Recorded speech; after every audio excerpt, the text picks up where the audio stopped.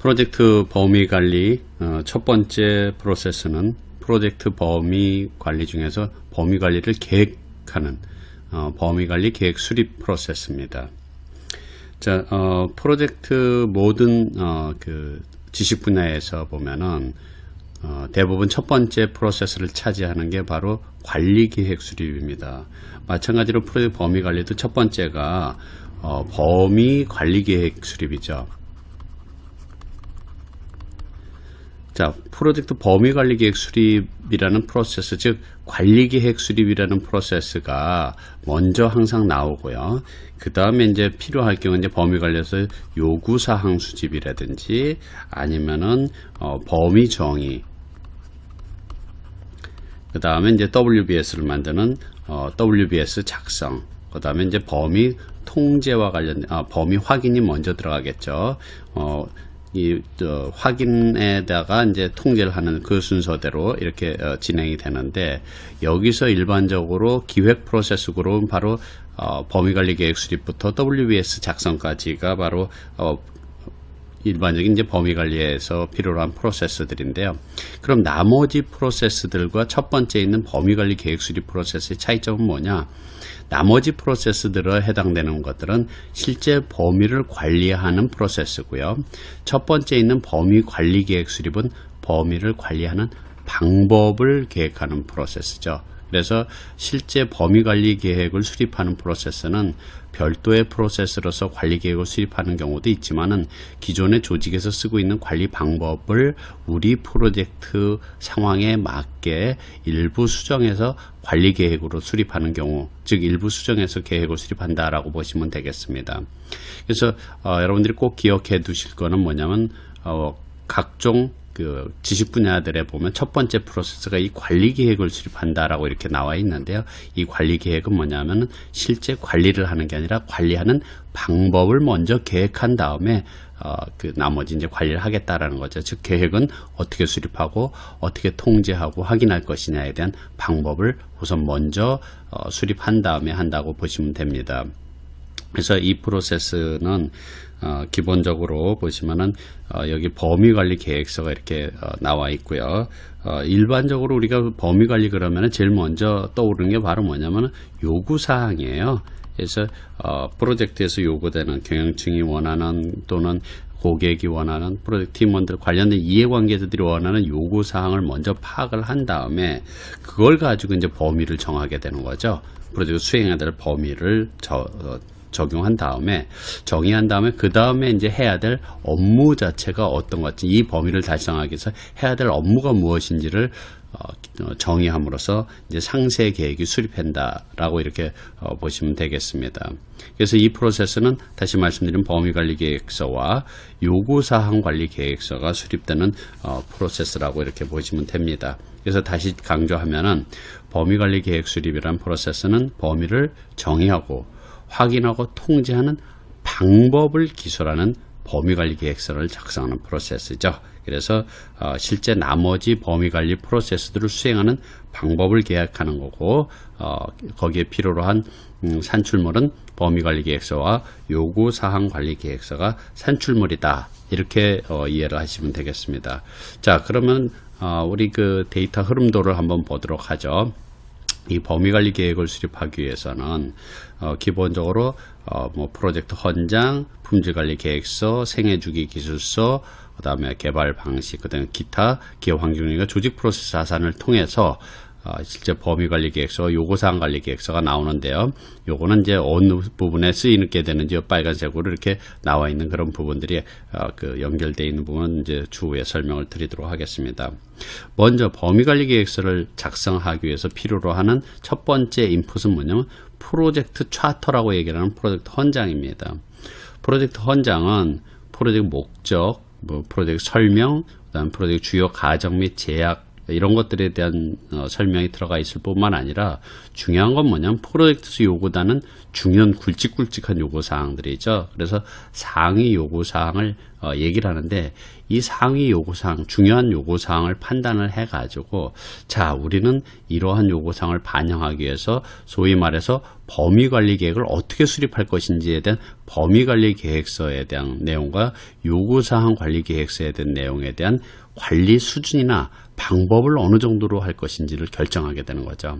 그래서 프로젝트의 요구사항이 상당히 중요하고 디테일한 그런 요구가 필요로 한다라면은 범위관리계획서나 요구사항관리계획서도 좀 상세하게 계획을 수립할 필요가 있겠고요. 그렇지 않고 개략적인 프로젝트가 중요하지 않고 규모가 크지 않으면서 또 상위 요구사항도 그다지 심각한 게 없다. 그러면 이 산출물인 범위관리계획서와 요구사항관리계획서도 개략적으로 수립하면 된다라는 그런 측면에서 프로젝트 헌장이 중심이 된다라는 거죠. 그 다음에 이제 프로젝트 관리 계획서가 인풋에 필요로 하는데요. 그 중에서 이제 첫 번째가 바로 뭐냐면 품질 관리 계획서예요. 자, 품질 관리 계획서는 범위 관리 계획하고 요구사항 관리 계획이 왜 필요하냐? 쉽게 얘기를 하면은, 품질 요구사항을 봐가지고 이제, 범위나 요구사항 관리를 어떻게 할 것인지, 즉, 다시 말씀드리면, 품질 정책이나 품질 표준, 이런 것들을 참고해가지고 우리 프로젝트를 어떻게 구현할 것인지에 대한 구현 방식을 결정하겠다는 거죠. 그 구현 방식이 결과적으로는 뭘 영향을 주냐면 범위 관리하는 방식을 결정하게 되는 거죠. 물론 지금 우리가 이 범위 관리 계획서를 지금 수립하기 위한 프로세스인데요. 범위 관리 계획서가 먼저 처음에 만들어질 때는 이 품질 관리 계획서가 없을 수도 있어요. 그런데 프로젝트 기획이 계속 반복적으로 진행되는 어느 순간에 개략적인 범위관리 계획서가 만들어진 이후에 품질관리 계획서가 만들어지고 그때 가서 다시 품질관리 계획서를 반영을 해서 범위관리 계획서를 더 구체화시키는 그런 단계에서 필요로 할 수도 있다라는 거죠. 그래서 그런 의미에서 봤을 때 여기서 품질관리 계획서라는 것 자체는 사실은 없는 상태에서 범위관리 계획서를 수립할 수도 있고요. 어느 정도 시간이 지나서 개략적인 범위관리 계획서가 만들어진 이후에 품질관리 계획서도 만들어지고 그걸 다시 참고해서 다시 범위관리 계획서를 업데이트하는 그런 경우도 있다라는 거죠. 그래서 품질 표준이나 목표, 품질 정책 이런 것들에 대한 것들을 고려해서 그것을 어떻게 구현할지를 봐가지고 범위 관리를 하는 방법을 결정하는 데 참고할 수 있다는 거고요. 두 번째는 그 프로젝트에 든 생애주기 기술서, 즉 라이프 사이클에 대한 설명이 나와 있는 생애주기 기술서인데요. 이거는 프로젝트가 진행된 1년의 단계들을 나오고 있어요. 프로젝트의 라이프 사이클 단계는 범위와 상당히 밀접한 관계를 갖고 있죠. 예를 들어서 프로젝트 라이프 사이클이 여기서부터 여기까지다 라고 이렇게 만약 2단계로 돼 있다면 우리가 관리해야 될 거 간단해요. 또는 심지어는 라이프 사이클이 한 단계로 그냥 끝나는 간단한 프로젝트다. 그럼 우리는 범위 관리를 간단하게 할 수 있겠지만 상당히 규모가 있고 또 단계가 많은 이런 라이프 사이클 단계를 갖고 있다 그러면 우리는 범위 관리 계획에다가 좀 더 구체적으로 범위를 관리하는 기준과 절차, 방법을 계획할 필요가 있겠다라는 거죠. 또 마찬가지로 프로젝트 관리 계획서의 개발 방식, 이 일반적인 폭포수형 개발 방식이냐 아니면 애자일처럼 이터레이션, 즉 반복적으로 이루어지는 거냐라는 것들을 우리가 생각해 볼 필요가 있는 거죠.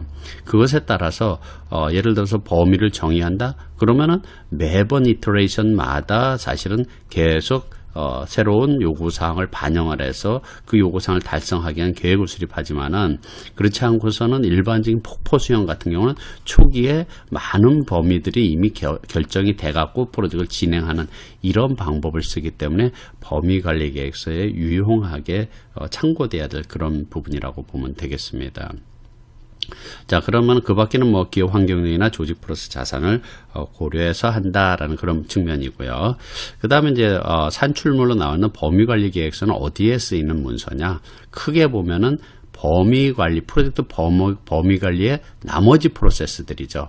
범위관리에 총 그 6개의 프로세스가 있는데 그 나머지 5개의 프로세스를 즉 수행하는 방법을 기획하는 거죠. 그래서 요구사항을 수집하는 방법, 범위를 정의하는 방법, WBS를 작성하고 범위를 확인, 통제하는 방법이 여기에 계획되어 있기 때문에 그 방법대로 수행하기 위해서 이제 이 프로세스들의 참고가 된다라고 그렇게 보면 되겠고요.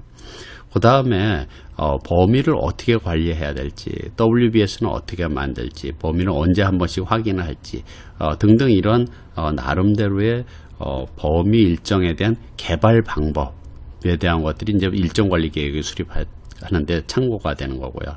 특히 이 범위 자체는 사실은 범위를 계획하거나 범위를 수행할 때는 일정이 항상 붙어 다니는 거나 마찬가지예요. 그래서 밀접하게 관계를 갖고 있기 때문에 범위관리계획서의 내용에 따라서 우리가 스케줄을 어떻게 만들고 관리할 것인지에 대한 것들은 그 방법은 그대로 적용이 참고가 될 수가 있겠죠. 그 다음에 보시면 이제 조달관리계획 수립이 있는데요. 이 조달관리계획 수립은 계약업체의 작업 범위, 그러니까 계약업체가 수행해야 될 작업 범위들이 있단 말이죠. 우리가 그 조달할 부분에 대한 작업 범위를 어떻게 관리할 것인지에 대한 관리 방법을 참고할 때, 즉 조달관리 계획 수립할 때도 이 범위관리 계획서가 참고가 된다라는 거고요. 그 다음에 조달 수행할 때도 마찬가지죠. 지금 우리가 그 조달 업체, 즉 계약 업체가 수행하는 작업을 어떻게 확인하고 어떻게 통제할 것인지에 대한 그런 방법들이 여기에 나와 있기 때문에 그걸 참고한다라는 거죠. 그 다음에 그 산출물인 요구사항 관리계획서입니다. 물론 요구사항 관리계획서에 나와 있는 대로 뭘 합니까? 요구사항 수집을 하면 되죠. 거기 나와 있는 방법대로 하면 돼요. 그래서 요구사항을 수집하고 분석하고 문서화하는 방법이 여기에 바로 나와 있기 때문에 그 방법대로 요구사항을 수집을 하면 되겠고요. 마찬가지로 범위 확인, 나중에 그 범위 관리 부분에서 우리 그 감시 및 통제를 위해서 범위를 확인하게 되는데, 즉 우리가 이 부분이 달성됐는지, 각각의 범위들이 제대로 이행이 됐는지에 대한 것들을 확인하는 그런 프로세스가 있는데, 이때도 마찬가지로 요구사항에 대한 확인을 어떻게 할 것인지에 대한 방법을 요구사항 관리 계획서에다가 명시하기 때문에 필요로 하는 거고요. 또 마찬가지로 범위 통제할 때도 실제 보면은 범위 통제는 범위가 계획대로 잘 집행되고 있는지에 대한 것들을 확인하고 조치하고 변경하고 하는 그러한 통제를 목적으로 하는데요. 이때 요구사항 관리 방식이 참고가 되는 거죠. 즉 실제 요구사항이 제대로 프로젝트 범위에 반영이 돼서 범위가 이루어졌는지에 대한 것들을 확인할 때 각종 요구사항을 확인하는 관리 방식들이 이때 참고가 되는 겁니다. 그 다음에 이제 그 품질관리 계획 수립이라고 여기 나와 있죠. 근데 재밌는 게 뭐냐면 품질관리 계획 수립이 여기도 있고 품질관리 계획 수립이 인풋에도 있어요. 인풋에도 있고 아웃풋에도 있냐, 이런 이미 앞에서 말씀드린 것처럼 처음에는 이 앞에 부분은 없을 수도 있어요. 없는 상태에서 우리가 이러한 계획들을 수립할 수가 있는데, 또 경우에 따라서는 이 수립된 걸 가지고 다시 이 아웃풋에서 품질관리 계획서에 참고가 될 수 있고 서로 참고가 된다라는 그런 개념이죠. 그래서 품질관리 계획서를 만들 때 여기에 품질 매트릭스 요구사항이라든지 이런 것들을 식별 분석 관리하는, 그러니까 마찬가지로 우리가 요구사항을 관리하기 위해서 요구사항 매트릭스가 있듯이 품질 매트릭스도 필요한데, 품질 매트릭스에 필요로 하는 그런 요구사항이나 그런 내용들을 분석 관리하는 방법을 여기다가 참고한다라는 그런 개념입니다. 그래서 실질적으로 시간이 지나가지고 여기서 수립된 게 다시 앞으로 와가지고 또 참고해가지고 그걸 참고해서 또 범위관리계획서나 요구사항관리계획서가 만들어질 수도 있다는 거죠. 즉 프로젝트에서 플래닝이라는 것 자체, 계획이라는 것, 기획을 한다는 것 자체는 뭐예요? 점진적으로 구체화된다. 한 번에 끝나는 게 아니라 돌고 돌아서 계속 반복적으로 점진적으로 구체화되는 특성을 갖고 있다라고 그걸 염두에 두고 생각을 하시면 이러한 논리가 이해가 되실 겁니다. 자, 다음은 이제 리스크 식별입니다. 자, 리스크 식별은 그 프로젝트 헌장에 명시된 중요한 요구사항, 이런 것들을 고려해서 요구사항 관리를 하는 데 있어서 그 방법을, 이런 방법을 해야 되겠다, 저런 방법을 할 때 결정을 해야 하는데, 이때 특정한 방법이 위험을 초래할 수도 있기 때문에, 특히 이런 요구사항 관리 방법의 특정 방법이 요구사항으로 리스크로 식별이 되면은 그 리스크 관리 대장에다 등록을 하기 위해서 함으로써 이 리스크 식별을 할 때 이 문서가 참고가 된다라는 그런 개념이죠. 그 다음에 이제 위에도 있었습니다만 조달 수행이나 조달 통제에도 요구사항 관리 계획서가 나오는데, 특히 이 조달 수행에는 프로젝트 요구사항이나 또는 판매자가 충족해야 될 계약에 대한 요구사항에 대해서 우리가 어떻게 관리할지에 대한 관리 방법을 거기 나와 있는 대로 우리가 수행할 때 참고하는 거고요.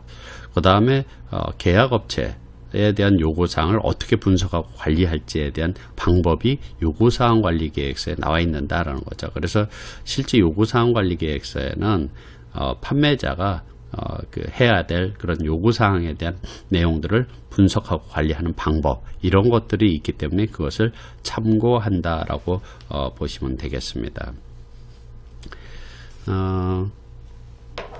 다음으로는 프로젝트 범위 관리의 두 번째 프로세스는 요구사항 수집입니다. 자, 요구사항 수집 프로세스는 프로젝트 목표 달성을 위해서 필요로 한 사항, 그리고 이제 이해관계자들의 요구사항에 대해서 어떤 요구사항이 있는지 그 요구사항을 판별하고 문서화해서 관리하는 그런 프로세스입니다. 그래서 요구사항은 나중에 이제 어디다 포함시키냐면 범위계획, 상세 범위계획인 확정된 범위기준선에 포함시키고 나중에 이제 실행된 후에 그게 완료되는지 완료되지 않았는지 측정할 수 있도록 상세한 수준으로 도출해서 분석 기록해야 됩니다. 즉 요구사항을 우리 다음 프로세스인 범위정의의 범위기술서에다가 반영을 하고, 또 최종적으로 상세 범위에 대한 정의를 하는 WBS에까지 반영을 하면 되는 거죠. 그래서 결론적으로 요구사항은 작업분류체계, 즉 WBS의 기반이 되면서 이 WBS는 나중에 원가나 일정, 품질, 조달 등 이런 계획을 수립할 때 이 요구사항들을 기반으로 해서 수립을 하게 되는 겁니다. 그래서 요구사항을 우리가 개발할 때 필요한 기본적인 큰 요소들은 프로젝트 차터, 프로젝트 헌장, 그 다음에 이해관계자 관련된 그러한 이해관계자 관리대장과 같은 그런 부분들, 참여계획서나 이런 부분들이죠. 그 다음에 프로젝트 관리 계획서에 나와 있는 이해관계자 참여계획, 그래서 가장 크게 많이 작용을 하는 것은 프로젝트 헌장과 이해관계자 참여계획서와 이해관계 관리대장이 가장 크게 반영이 되지 않냐, 이렇게 상상을 하시면 되겠습니다. 그래서 나오는 산출물은 각종 요구사항 문서와 그 다음에 실제 요구사항을 지속적으로 반영되고 있는지에 대한 것들을 확인하기 위한 추정 매트릭스, 이렇게 두 가지 형태의 산출물로 보시면 되겠습니다. 자, 그러면은 하나하나 보도록 하겠습니다. 앞서 말씀드린 것처럼 범위 관리에서 가장 중요한 부분은 요구사항을 수집해서 상세 범위에다 반영을 하는데, 요구사항을 수집한 문서나 이런 것들을 만들기 위해서 우선 첫 번째가 바로 뭐냐면 프로젝트에 대한 헌장, 차터를 개발하는 겁니다. 참고하는 거죠. 개발하는 게 아니라. 그래서 개발된 프로젝트 헌장에는 상위 수준, 높은 수준의 대략적인 주요한 프로젝트 설명이 들어가 있고 중요한 상위 요구사항이 있을 수가 있다는 거죠. 상세 요구사항이 아니라 중요한 요구사항이 여기에 포함될 수 있기 때문에 프로젝트의 중요한 요구사항을 이 요구사항의 문서에다 반영하기 위해서 사용한다라고 보면 되겠습니다. 그리고 마찬가지로 또 하나는 뭐냐 하면은 실제 조달 수행을 통해서 우리가 개발 업체 또는 벤더나 서플라이어들과 협약, 계약을 체결하게 됩니다. 근데 우리가 조달하기 원하는 프로젝트나 제품에 대한 그런 요구사항들이 이 협약에 들어갈 수도 있겠고요. 그래서 이러이런 부분들이 필요하다라고 계약서에 반영되어 있는 그런 내용들을 실제 요구사항 문서에다가 반영을 해야 될 필요가 있다라는 거죠. 그 다음에 프로젝트 관리 계획서에 대한 그런 부분들이 이제 참고가 되겠는데요. 크게 보면은 요구사항 관리 계획서, 범위 관리 계획서가 있어요. 얘네들은 이제 뭐였냐면 앞에 프로세스인 5.1에서 나온 범위관리 계획 수립이라는 프로세스의 산출물이죠. 그래서 우선 요구사항 관리 계획이 참고되는 건 당연하죠. 요구사항을 어떻게 수집하고 분석하고 문서화할지에 대한 이 요구사항들을 만드는 방법 자체가 여기 계획되어 있기 때문에 그 방법, 여기 나와 있는 방법대로 이 요구사항을 문서화시키면 되는 거죠. 그 다음에 이제 범위관리 계획서도 마찬가지입니다. 실제 요구사항을 수집하는 이 프로세스들을 어떻게 수행하는지에 대한 방법이 여기 나와 있기 때문에 그 범위를 정의하고 개발하는 방법을 그대로 참고해서 여기 나와 있는 방식대로 지금 5.2에 대한 이 프로세스를 수행하면 되는 거죠. 그 다음에 이제 세 번째 문서는 이해관계자의 참여 계획서입니다. 그래서 요구사항 관련된 활동에 대해서 어떤 이해관계자들을 언제 얼마만큼 참여시킬 것인지에 대한 참여 수준을 파악을 한 위해서 이런 이해관계자의 참여 계획서를 참고할 수 있다라는 거죠.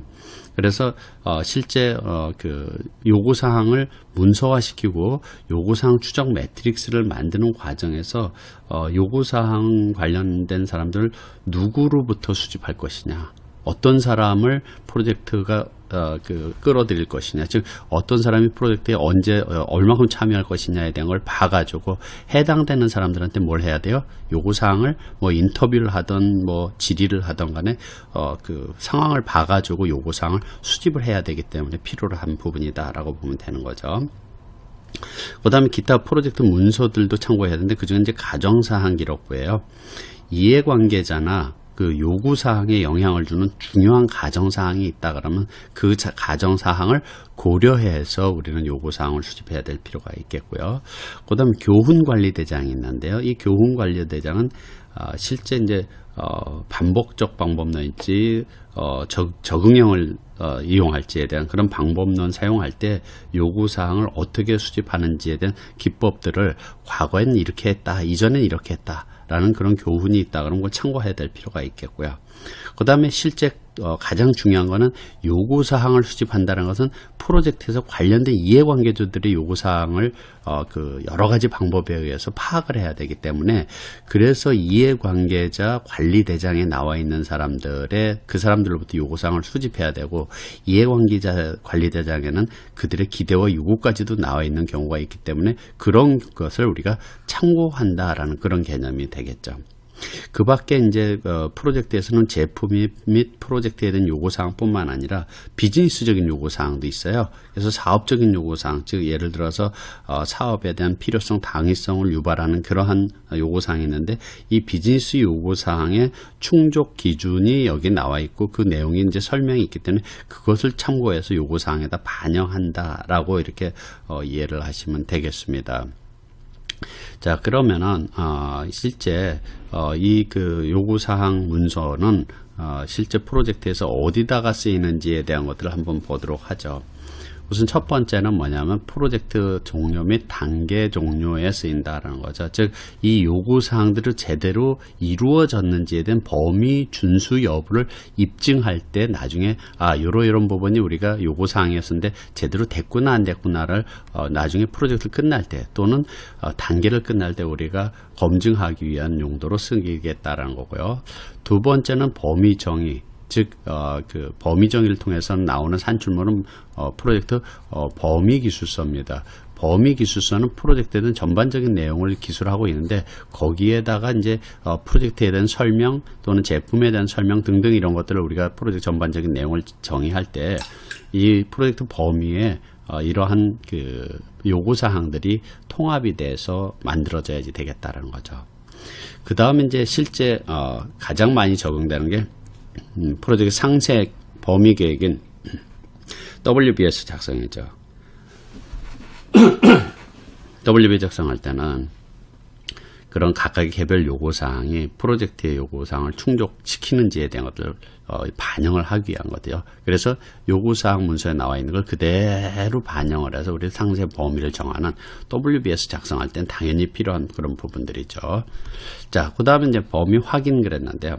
이 범위 확인이나 범위 통제 자체는 뭐냐면 바로 통제 프로세스 그룹에 속하죠. 그래서 범위를 하게 할 때는 실제 변경됐거나 또는 시정 조치가 된 것들을 우리가 제대로 됐는지 판단하기 위해서 요구사항 대비 실제 결과를 비교할 때 사용한다고 보시면 되겠고요.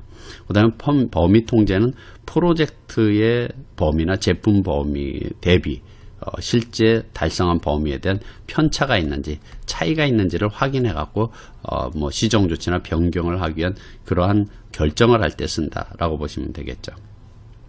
자, 그다음에 품질 관리라는 프로세스에 쓰이게 되는데요.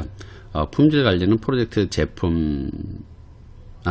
품질이나 제품 품질에 대한 그런 것들을 우리가 반영을 할 때 그 요구사항을 판단하는데 품질관리 계획 수립이죠. 그래서 품질에 대한 요구사항이나 제품에 대한 요구사항을 반영할 때 품질관리 계획을 수립할 때 쓴다라는 거고요. 그 다음에 자원관리 계획 수립이라고 이렇게 나와 있습니다. 자원관리 계획 수립. 자원관리 계획 수립은 필요로 한 자원의 종류나 양 이런 것들을 이제 자원관리 계획을 수립할 때 하는데 자원관리 방법에 영향을 줄 수도 있다는 거죠. 그래서 요구사항이 이러이러한 특정 요구사항이 있기 때문에 그 요구사항을 달성하기 위해서 이러한 인력, 이러한 장비 이런 것들이 얼마만큼 필요하겠다라는 계획을 수립할 수도 있겠고요. 또 그걸 달성하기 위해서 자원들을 이렇게 관리해야 되겠다라는 방법들을 계획할 때 사용한다라는 거죠. 그 다음에 의사소통관리계획 수립이라고 나와 있는데 의사소통관리계획 수립할 때는 사실 이제 기본적으로 어떤 정보를 누구에게 언제 어떻게 전달할 것인가 결정을 하게 되는데 이해관계자들이 의사소통에 대한 어떤 요구가 있느냐, 즉 어떤 정보를 받아보기를 원하느냐, 어떤 정보가 배포되기를 원하느냐 이런 것들을 의사소통에 대한 요구사항을 반영을 해서 우리가 의사소통 계획을 수립한다는 거죠. 그래서 이해관계자들의 요구에 따라서 미팅이나 리포팅 등등에 대한 계획을 수립할 때 사용한다라고 보시면 되겠고요. 그 다음에 이제 리스크 식별에 쓰인다 그랬는데 실제 특정 요구사항들이 리스크를 유발할 수도 있다는 거죠. 그래서 요구사항 내용을 보고 이런 요구사항은 이런 리스크가 예상이 된다라고 리스크를 식별해서 리스크 관리대장에 기록한다라는 거죠.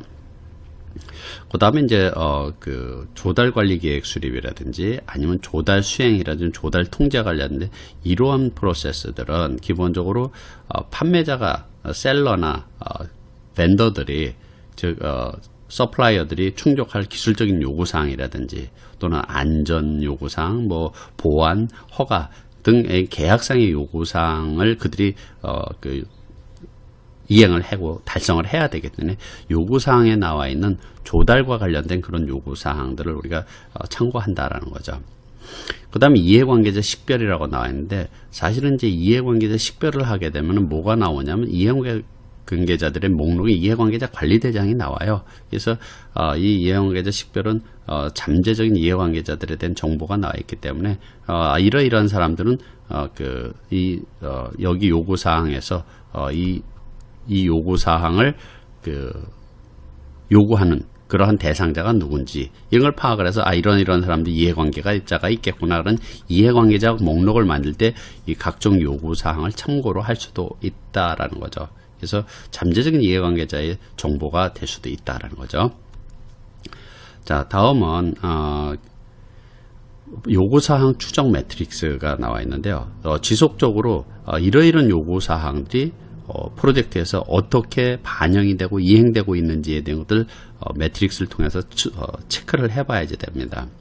그래서 실제 첫 번째 프로젝트 작업 지시 및 관리에서는요, 우리가 실행을 하기 위해서는 여러 가지 제품 요구사항이나 충족할 인도물들이 있다는 거죠. 그래서 여기 요구사항에 나와 있는 그러한 제품 요구사항이나 인도물들을 이렇게 이행해라라는 실행 프로세스에 해당되는 그런 부분들이죠. 그 다음에 통합 변경 통제인데요. 실제 프로젝트의 범위를 변경을 하려고 하는데 과연 이거를 변경해 줄 것이냐 말 것이냐에 대한 통제를 해야 돼요. 변경 여부를 결정 또는 시정 조치를 결정을 하는 입장에서 이러한 요구사항이 있어서 이러한 부분에서 이렇게 이 요구사항이 반영됐다. 그렇기 때문에 이런 부분들은 그 상황을 봐갖고 변경시켜 줄 필요가 있겠다 또는 없겠다. 뭐 이런 판단을 하기 위해서 필요로 하는 거죠. 마찬가지로 범위 확인할 때도 마찬가지죠. 범위가 제대로 우리가 달성됐는지에 대한 요구사항 정보나 요구사항이 이루어졌는지에 대한 확인할 때 확인하는 도구에서 추적 매트릭스를 통해서 이렇게 이루어졌구나라는 것을 확인할 때 쓴다라는 거죠. 마찬가지로 이제 범위 통제에서도 마찬가지죠. 범위 기준선에서 벗어나 가지고 차이가 발생했다든지 또는 변경이 요구된다든지 이럴 때 프로젝트에 미치는 영향을 확인해야 돼요. 그래서 지금 프로젝트에 이런 요구사항들인데 이런 부분들이 지금 달성됐다 못됐다 이런 것들에 따라서 이거를 우리가 통제를 하는 입장에서 이거를 이런 영향이 있기 때문에 이거 변경시켜 줘야 되겠다 말아야 되겠다 이건 뭔가 조치를 해야 되겠다 말아야 되겠다 하는 그러한 판단을 할 때 쓴다라는 거죠. 그 다음에 이제 품질관리 계획 수립할 때 사용을 하게 되는 이 품질관리 계획 수립이라는 것 자체는 이제 제품 요구사항과 결과적으로 이제 인도물을 연결해서 각 요구사항이 이렇게 테스트되고 요구사항 검증이 필요한 테스트가 이러이러한 테스트를 통해서 만들어져야 된다. 즉 요구사항이 제대로 이행되고 있는지를 확인할 때 이 요구사항들이 어떻게 반영이 되는지를 매트릭스로 만들 때 이런 X라는 요구사항은 이러이러한 테스트에서 우리는 반영이 될 수 있다. 또는 001이라는 요구사항은 이러한 설계에서 반영이 될 수 있다. 이렇게 매트릭스로 우리가 확인을 할 때 그때 테스트 같은 것들이 이제 하나의 요구사항을 만족시키기 위한 그러한 용도로 매트릭스에 표현이 되는데 이때 어쨌든 요구사항을 검증하기 위한 그러한 테스트 이런 테스트가 필요하다. 그걸 우리가 품질관리 계획 수립할 때 그런 테스트에 대한 계획들을 같이 집어넣을 수 있다라는 거죠. 마지막으로 이제 조달 관리 계획 수립과 조달 통제에 대한 부분들인데요. 이런 부분들은 요구사항과 이를 충족하는 인도물을 연결해 주는 용도다라는 거죠. 즉 이런 요구사항들은 실제 우리가 직접 할 수 없고 외부의 어떤 조달을 통해서 이런 부분을 우리가 달성해야 되겠다. 라는 것을 요구사항을 고려해서 조달 결정을 한다든지 또 그것들이 제대로 요구사항대로 제대로 만들어지고 나와 있는지에 대한 계획대로 되고 있는지에 대한 것도 확인 이런 용도로 우리는 만들어 쓸 수 있다라는 거죠.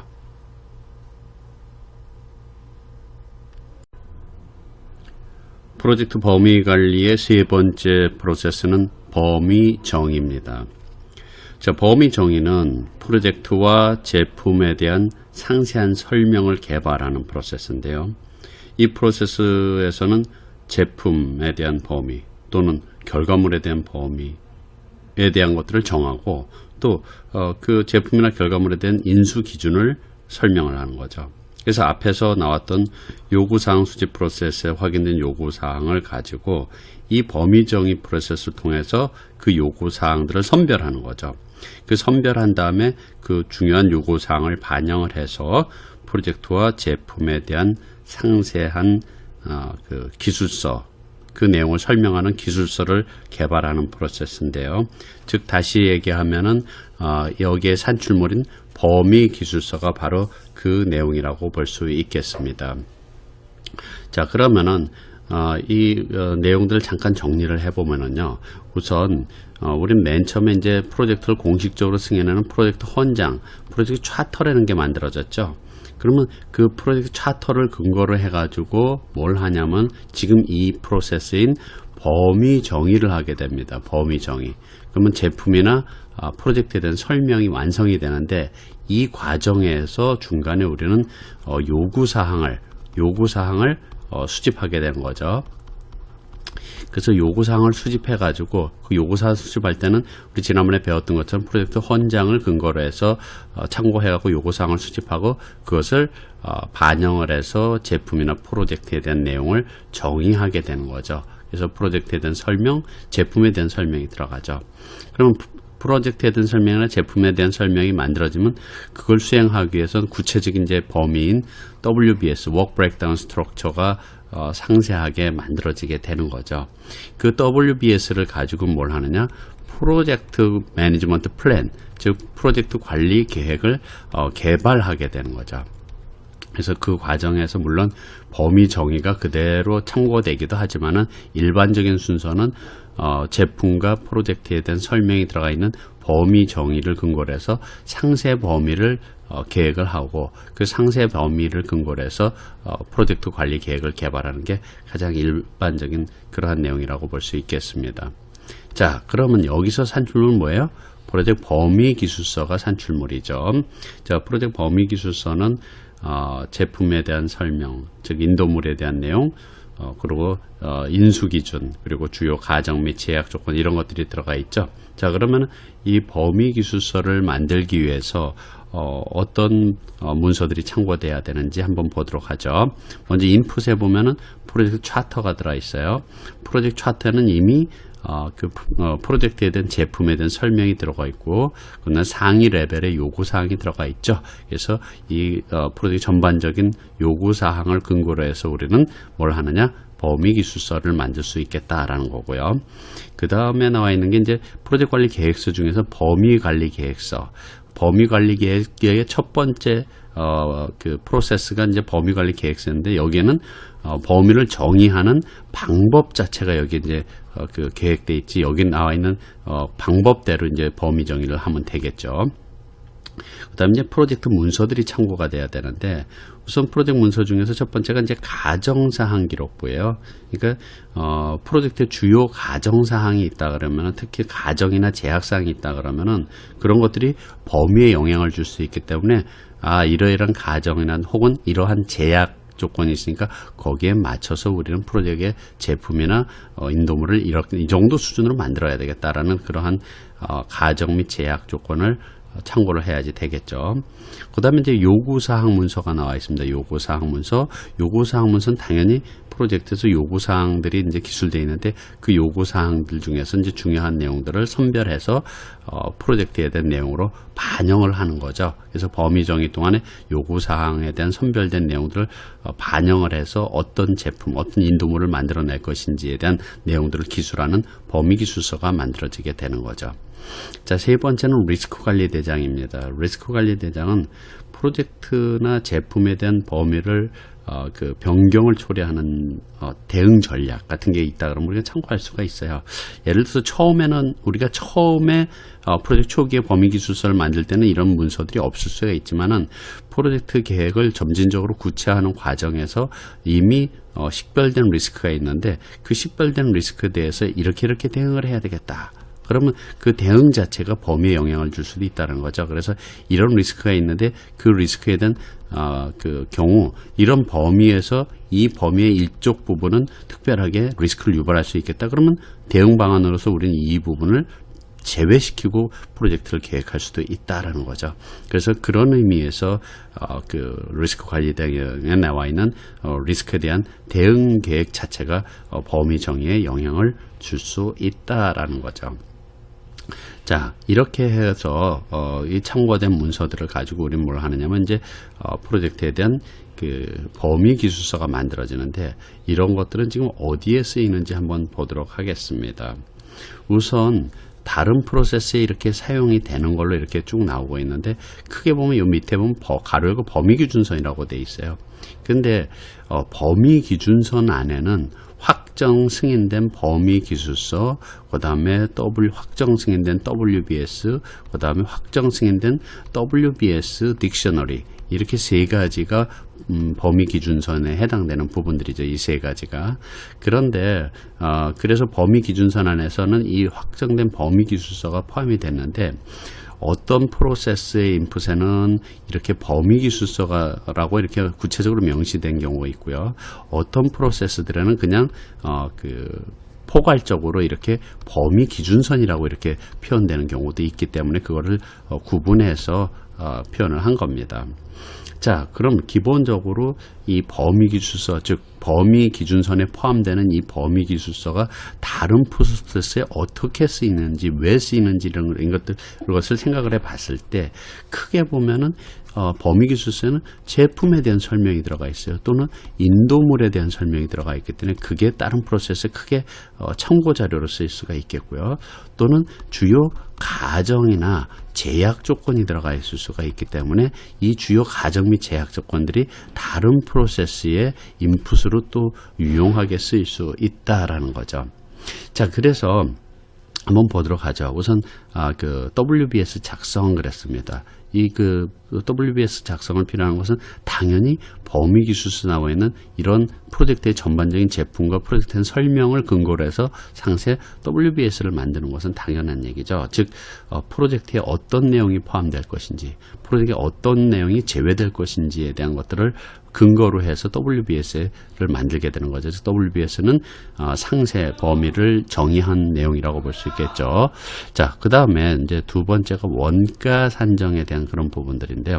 즉 범위기술서에는 각종 가정 및 제약이 들어가 있다 그랬어요. 그래서 자금 조달 제약이나 아니면은 어떤 재무적인 가정 및 제약, 그래서 우리가 돈을 쓸 수 있는 위해서는 이 정도밖에 쓸 수 없겠다라는 어떤 제약 조건이라든지 우리가 자금을 조달할 수 있는 정도가 이 정도다라는 그런 제약 조건에 맞춰서 우리는 원가를 추정을 해야지 되기 때문에 그런 부분들이 참고된다라는 그런 측면에서 우리가 인풋으로 쓰인다라고 볼 수 있겠고요. 그 다음에 범위기준선이 쓰이는 경우에는 여기 보시면 우선 첫 번째 활동정의예요.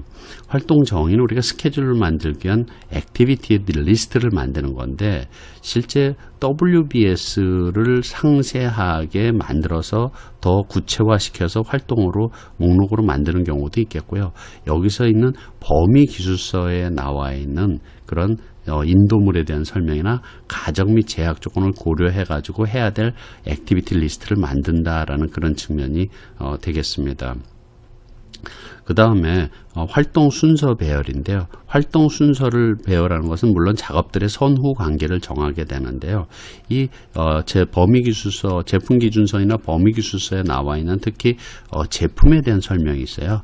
이 제품에 대한 설명을 보면은 예를 들어서 이 제품은 어떻게 구성이 되어 있기 때문에 이 구성성에서 이것을 먼저 하고 이걸 두 번째 작업하고 이걸 세 번째 작업한다. 이 전반적인 제품에 대한 내용을 알면서 그 내용을 파악을 해가지고 활동들을 어떤 거를 먼저 할지 나중에 할지에 대한 순서를 배열할 수 있다라는 거고요. 자, 네 번째는 활동 기간 산정입니다. 각각의 액티비티를 기간을 산정할 때 이 제품 설명 또는 그 범위기술서나 범위기준서에 나오는 기술적인 어떤 정보라든지 또는 작업 방법이라든지 이런 방법으로 한다는 가정사항이라든지 또는 자원이나 이런 양을 얼만큼 투입할 수 있다든지 투입되는 자원의 양이나 어떤 제한 이런 걸 고려해 가지고 우리 기간을 결정을 해야 되는 거죠. 즉 다시 말해서 기간을 결정할 때는 어떤 기술을 이용하고 어떤 작업 방법을 쓸 것이고 자원을 얼만큼 투입될 수 있고 하는 그런 내용들이 참고돼서 기간을 결정한다는 거죠. 그 다음에 이제 최종적으로 우리가 활동 정의와 순서 기간을 산정을 통해 갖고 뭘 할 수 있냐면은 최종적인 스케줄을 개발하는 게 바로 일정 개발이죠. 근데 일정 개발할 때는 중요한 그 제약 조건이 있어요. 예를 들어서 우리가 일정 개발할 때는 일정을 분석을 하게 되는데 일정을 분석할 때 자원도 투입해보고 순서도 바꿔보고 기간도 조정해보고 여러 가지를 해가지고 우리가 원하는 최적의 스케줄이라는 것을 만들게 되는 거죠. 근데 최적의 스케줄을 개발을 하는 동안에 주요 날짜에 대한 제약이라든지 인도물에 대한 형태라든지 이런 것들이 참고될 수 있다는 거죠. 그래서 뭐 설계는 언제까지 꼭 끝내야 된다라는 그러한 제약 날짜가 있다 그러면 거기에 맞춰서 나머지 작업들 스케줄을 맞춰야지 되는 거죠. 그래서 그런 의미에서 우리가 일정 개발이 할 때 범위기술서를 포함하는 범위기준선이 필요하겠다라는 거고요.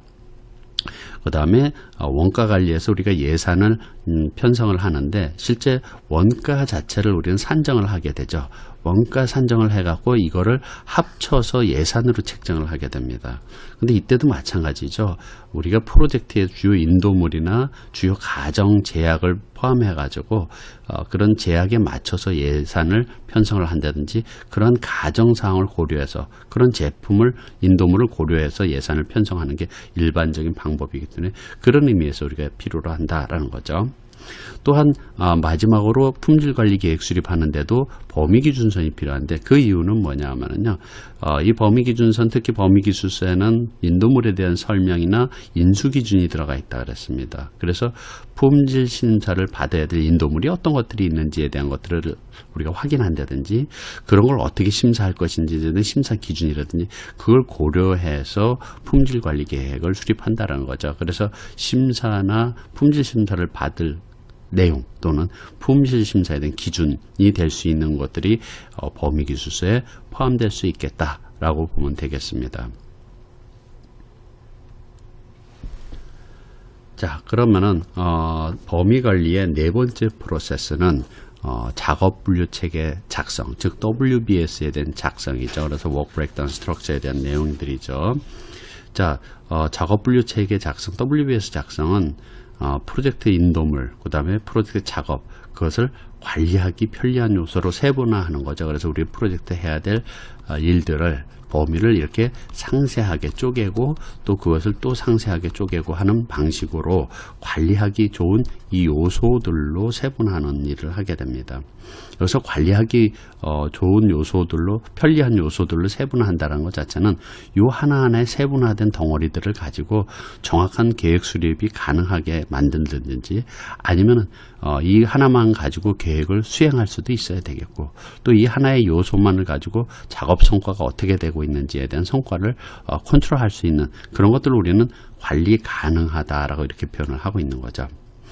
그래서 WBS는 우리 이렇게 목표 달성을 위해서 어떤 인도물 자체를 산출하기 위해서 계층 구조로 이렇게 표현하는 거고 여기에는 모든 범위를 다 포함하고 있어야 되겠다라는 거죠. 모든 범위를 다 포함하고 있어야 되겠다는 거죠. 그래서 WBS는 전체 프로젝트의 범위를 구성 및 정의하고 그리고 현재 승인된 프로젝트 범위기술서에 명시된 작업들로 이렇게 일일이 다 표시하는 것을 의미를 하는 거죠. 그래서 우리 WBS를 만드는 것은 이렇게 하나하나의 세부적인 덩어리들을 가지고 산정, 기간이나 원가를 산정하면서 함으로써 정확도를 향상시키는 데 있겠고요. 또 이 하나하나의 덩어리들을 가지고 앞서 말씀드린 것처럼 성과를 측정하고 통제할 수 있는 그러한 기준이 될 수도 있는 거고 또 하나하나별로 명확하게 책임을 할당할 수 있다라는 측면에서 WBS가 유용하게 쓰인다고 볼 수가 있겠습니다. 그런데 그래서 우리 WBS라는 것 자체를 보면은 굉장히 유용하게 쓰이게 되는데 그게 무슨 얘기냐면은 조직 누가 어떤 일을 할 때 해야 되겠다라는 책임과 역할을 정하기 위해서는 그래서 조직 구성에도 쓰이죠. 또 이것을 수행하기 위해서는 구체적인 활동들로 정의해야 될 필요가 있겠고요. 또 하나하나의 작업 덩어리별로 어떤 자원이 필요한지에 대한 자원 결정할 때도 쓰겠고 하나하나의 작업 덩어리별로 원가가 얼마 들어가는지 원가 산정하는 데 들어가요. 또 하나하나 작업 덩어리별로 어떤 리스크가 존재하는지는 리스크를 식별하는 데도 쓰이고요. 또 하나하나의 덩어리별로 어떤 진척이나 성과를 측정할 수도 있겠고 또 그 중에서 덩어리 중에서 혹시라도 조달이 필요한 외부로부터 조달해야 될 필요성이 있는 것들은 없는지 그걸 확인할 수도 있다라는 거죠.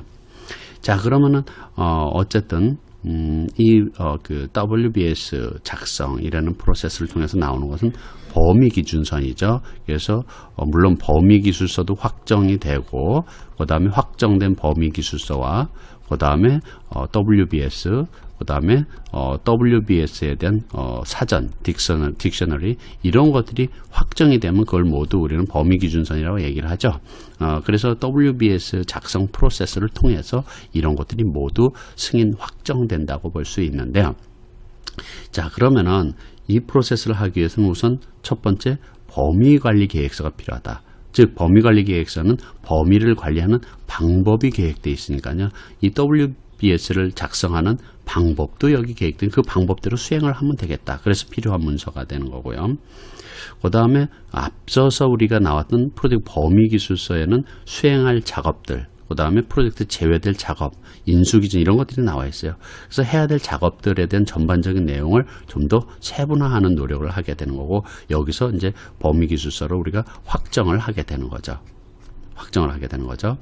그다음 요구사항 문서는 그 프로젝트에서 우리 앞에서 요구사항, 개별적인 요구사항을 범위에다가 우리가 상세 범위를 정의할 때 참고한다라는 그런 측면이죠. 그래서 여기서 지금 WBS를 만든다는 것은 상세 범위를 정의를 하는 건데, 이 상세 범위를 정의할 때 이 개별적인 요구사항들을 범위에 중요 내용들은 포함시켜야 되기 때문에 그래서 필요로 하다라고 볼 수 있겠습니다. 자, 그러면은 WBS를 포함한 범위 기준선이 어디에 쓰이는지, 다른 프로세스에 어떻게 쓰이는지 한번 보도록 하죠.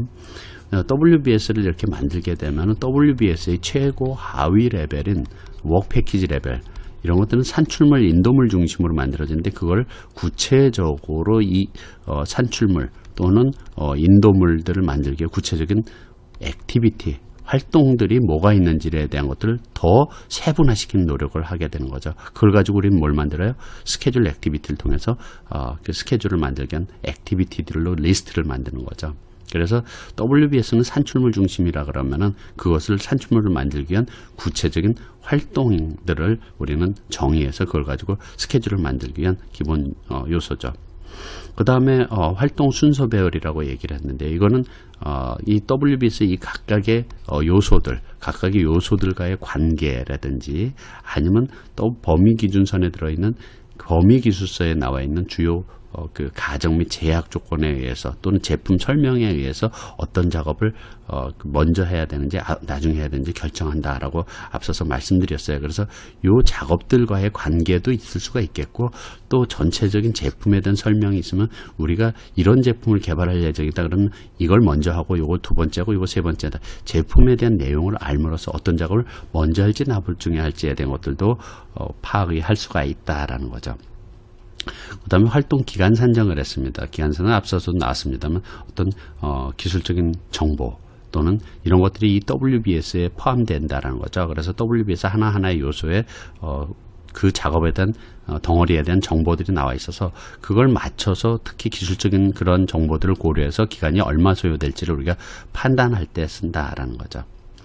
그 다음에 이제 이런 것들이 모두 끝나면 이걸 통해서 우리는 일정 분석을 통해서 스케줄을 개발하게 되는데, 이때는 뭐 당연히 이 각각에 대한 그 정보, 그 범위 기준선에 나와 있는 WBS뿐만 아니라 범위 기술서와 같은 그런 부분을 통해서 제품에 대한, 프로젝트에 대한 각종 인도물들에 대한 정보들이 나와 있으니까 그걸 고려해서 최종적으로 일정을 조정을 해가지고 우리가 원하는 스케줄로 완성을 하는 데 쓴다라고 보면 되겠죠.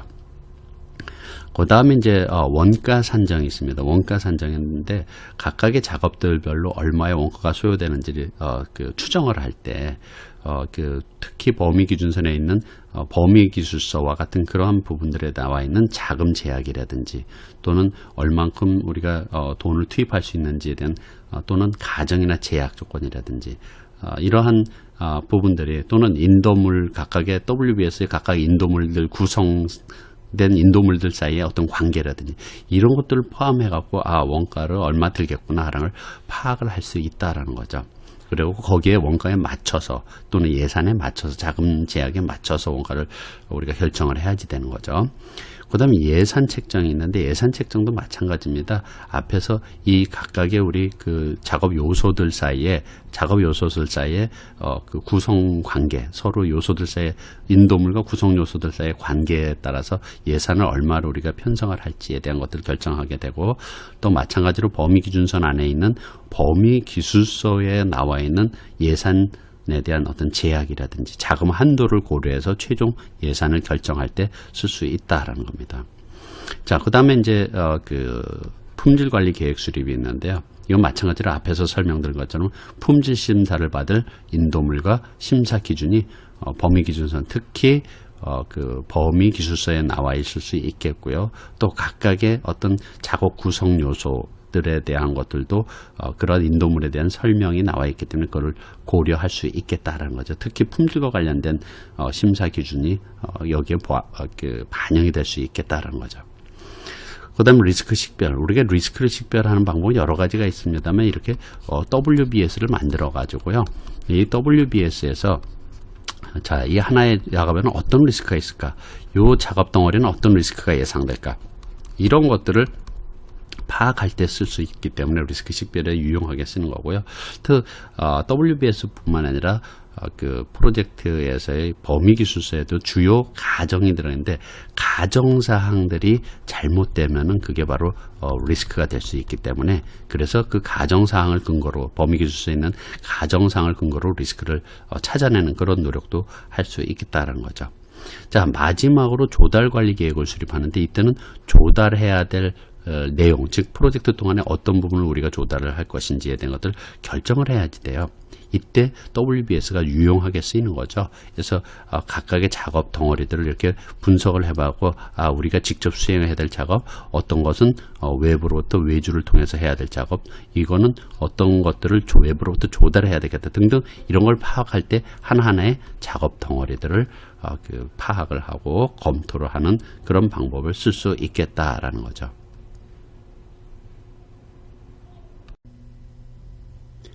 프로젝트 범위 관리 5번째 프로세스, 프로젝트 범위 확인입니다. 자, 5번째 프로세스는 범위 확인인데요. 범위 확인이라는 프로세스는 프로젝트에서의 나오는 인도물들, 그것을 공식적으로 인수하는 그러한 프로세스죠. 그래서 공식적으로 인수를 한다는 건 무슨 의미냐 하면은 프로젝트에서 정해진 각각의 범위에 들어있는 그런 업무 덩어리들을 우리가 객관적으로 인수를 함으로써 그 하나하나의 인도물이 인수됨으로써 최종적으로 프로젝트 끝날 때 나오는 제품, 즉 프로젝트 결과물에 대한 최종 인수 가능성을 높인다라는 거죠. 그래서 최종 인도물에 대한 것들을 나중에 가서 확인하는 게 아니라 중간중간에 나오는 인도물들을 확인을 해갖고 공식적으로 인수함으로써 최종 제품에 대한 부분에 문제가 없도록 한다라는 그런 개념이 되겠습니다. 그래서 여기 보면은 범위 확인과 관련되어 있는 유사한 부분들이 뭐가 있냐면 품질 통제 프로세스하고 상당히 또 관련이 있어요. 그래서 범위 확인은 일반적으로 그 업무 범위에 대한 승인을 획득하는, 즉 인도물에 대한 acceptance, 인도물에 대한 인수에 주안점을 준다 그러면은, 품질 통제는 그 인도물이 제대로 만들어지는지에 대한, 즉 품질 요구사항과 같은 그런 부분에 대한 충족 여부를 따지는 정확도, 인도물에 대한 correctness라고 얘기를 하는 정확도와 관련되어 있다는 거죠. 그래서 일반적으로는 품질 통제 프로세스를 통해서 그 정확도가 확인이 된 인도물에 대해서 이 지금 하고 있는 범위 확인을 통해서 공식적으로 인수, accept하는 그러한 절차를 밟게 되는 거고, 그 절차에 의해서 accept된, 즉 인수된, 수용된 인도물 자체는 이제 나중에 프로젝트 단계나 프로젝트 종료로 가서 이제 최종적으로 확인이 되는 거죠. 자, 그러면은 이 그 프로세스의 인풋, 아웃풋 혹시 나와 있는 흐름도를 한번 보도록 하겠습니다. 일반적으로 그 프로젝트에서 우리가 생각을 하는 범위 확인의 산출물은 당연히 검사를 통해서 수용된 인도물이 되는 거죠. 수용된 인도물. 또 거기에 따라서 이것은 분명히 범위 확인이라는 자체는 감시 및 통제 프로세스 그룹에 속하죠. 그래서 감시 및 통제 프로세스 그룹에 속하기 때문에 이 또한 계획대로 잘 이행이 됐는지에 대한 것들을 확인해서 제대로 이행이 안 됐을 때 그것에 대한 변경 요청을 하게 되는 거고, 또 통제 프로세스의 아웃풋으로 우리가 알 수 있는 작업 성과 정보가 산출물로 나오게 되는 거죠. 자, 그러면은 일반적으로 우리가 봤을 때 이러한 범위 확인을 하기 위해서 우리가 확인해야 될, 즉 참고해야 될 정보들이 뭐가 있느냐 하면 이쪽 왼쪽에 나와 있는 것처럼 프로젝트 관리 계획서를 우선 보도록 하죠.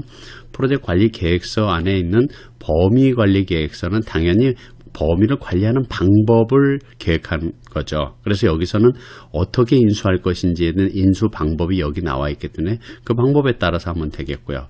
두 번째 나와 있는 요구사항 관리 계획서는 요구사항을 확인하는 방법이 계획되어 있기 때문에 여기서도 마찬가지 범위 확인을 위해서 요구사항 확인 방법을 여기 나와 있는 대로 수행하면 되겠죠.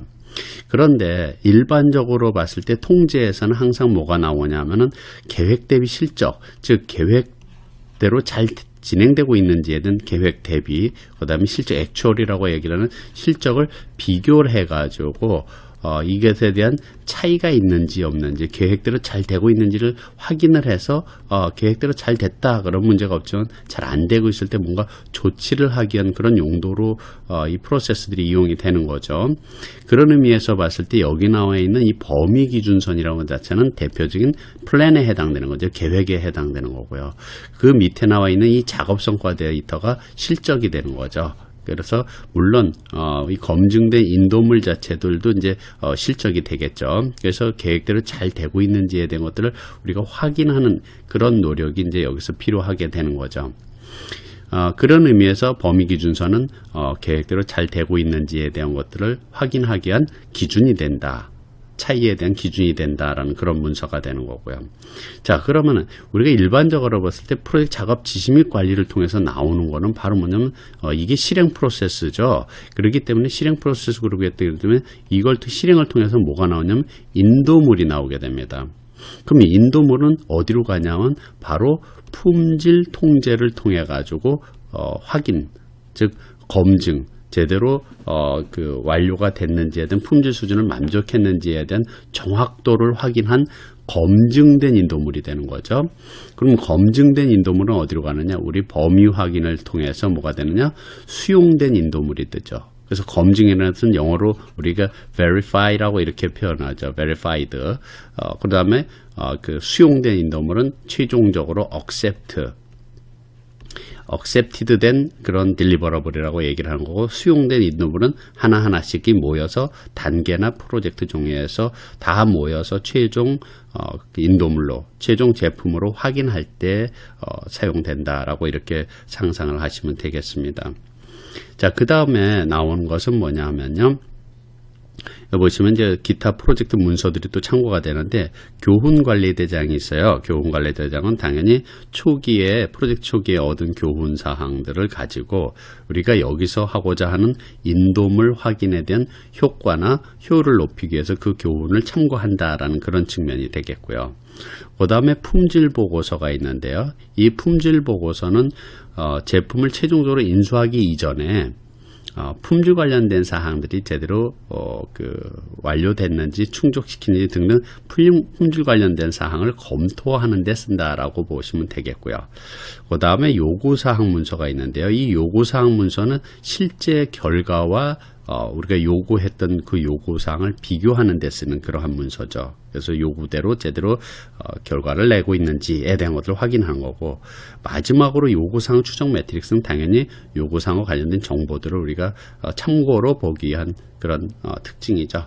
그래서 여기서는 인스펙션, 우리 인도물에 대한 검사를 통해서 최종적으로 수용된 인도물은 프로젝트 종료 또는 단계에 대한 종료로 가는 거고요. 기타 이제 검사를 통해서 계획 대비 실적을 보니까 수용되지 않은, 공식적으로 인수되지 않은 것들은 어떻게 되느냐? 그런 인도물들은 결함 수정이나 변경 요청을 해야 돼요. 그래서 accept 되지 않은 그러한 인도물들에 대해서는 변경 요청을 한다든지 결함 수정을 해야 되는데, 그것은 변경 요청은 통합 변경 통제를 통해서 우리가 변경에 대한 승인을 받아야 되겠죠.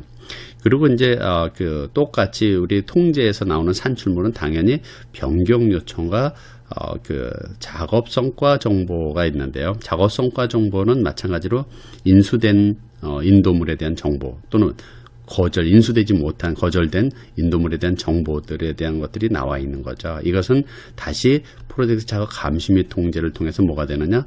작업 성과 보고서로 만들어져서 배포가 되는 거죠.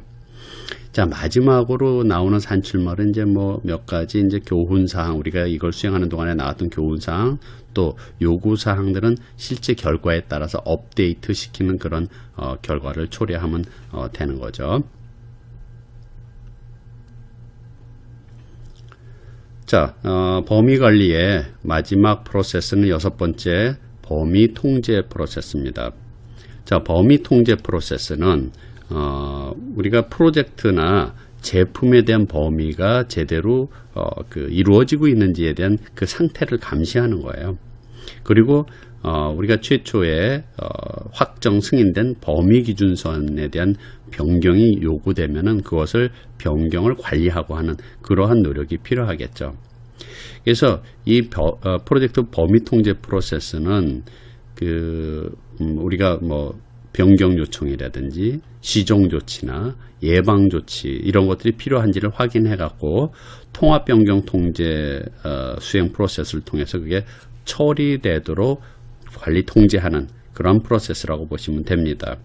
그런데 범위가 변경되면은 항상 다른 부분에 영향을 가장 많이 미쳐요. 그래서 다른 통제 프로세스들, 일정 통제, 원가 통제, 품질 통제와 같은 그런 다른 통제 프로세스들과 통합적으로 같이 함께 그 영향을 검토해서 수정해줘야지 되는 게 원칙이다라는 거죠.